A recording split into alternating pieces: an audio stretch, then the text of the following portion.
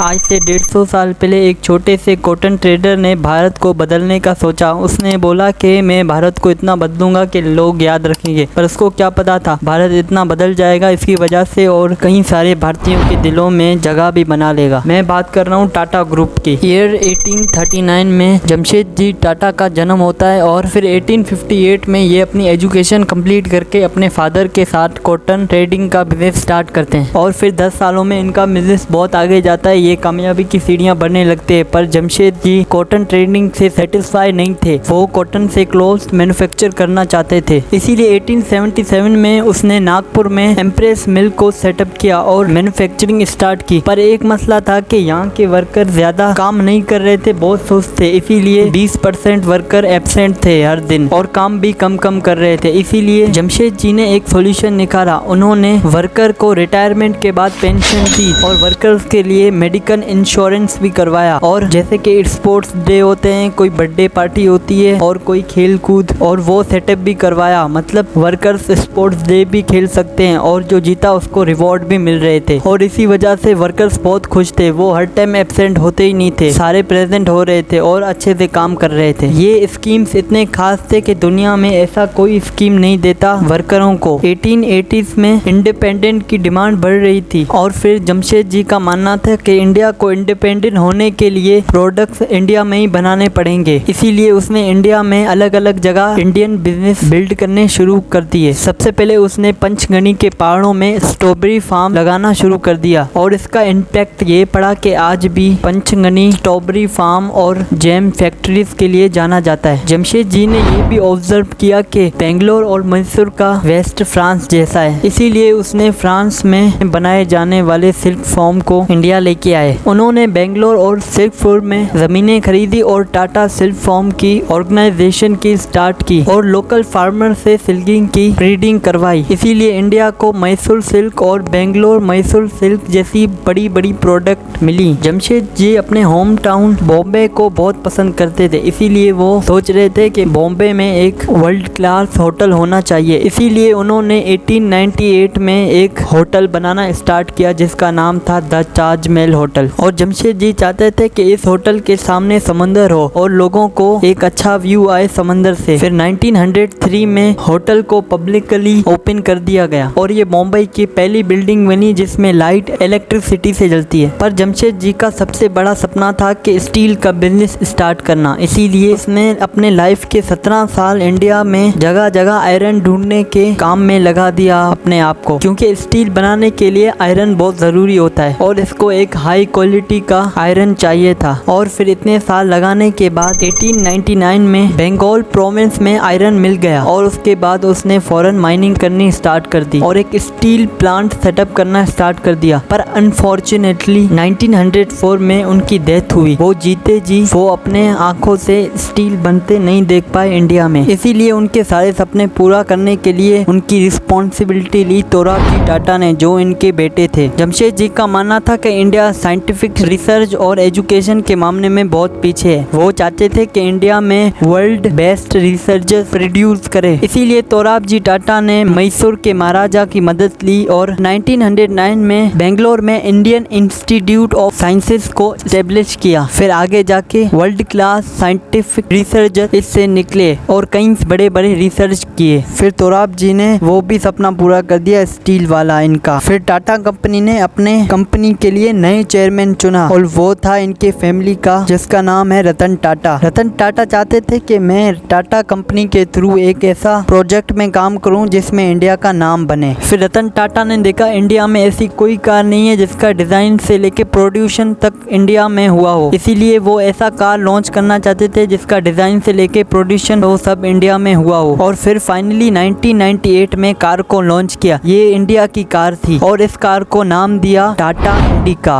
और फिर रतन टाटा ने देखा कि इंडिया में कोई गरीब कार खरीद नहीं सकता और अफोर्ड नहीं कर सकता, इसीलिए वो चाहते थे गरीबों के लिए एक अफोर्डेबल कार लॉन्च किया जाए। इसीलिए उसने एक कार भी लॉन्च की जिसकी प्राइस थी सिर्फ 1 लाख और उसका नाम रखा गया नैनो। ये बहुत छोटी कार थी। ये जब लॉन्च हुई सब इसके ऊपर मजाक उड़ा रहे थे, एक तो इसकी साइज और इसका प्राइस, और कोई खरीद रहा भी नहीं था इसके कार को, और ये इनका एक फ्लॉप प्रोजेक्ट था। फिर उसने उधर से बहुत कुछ सीखा, इसीलिए आज टाटा टाटा मोटर सबसे ज्यादा रेवेन्यू जनरेट करने वाली कंपनी है। और फिर रतन टाटा चाहते थे कि इंडिया के कंपनियों को सिर्फ इंडिया में नहीं बल्कि वर्ल्ड में बिजनेस करना चाहिए, इसीलिए टाटा मोटर ने जैगुआर और लैंड रोवर को अक्वायर कर दिया। ऐसे बहुत सारे टाटा के कंपनियों ने फॉरेन के कंपनियों से बिजनेस किया और आज भी टाटा ग्रुप का आधे से ज्यादा रेवेन्यू बाहर से आता है। रतन टाटा की लीडरशिप में जो टाटा कंपनी ने हासिल किया उसकी लिस्ट बहुत बड़ी है, चाहे वो TCS का वर्ल्ड का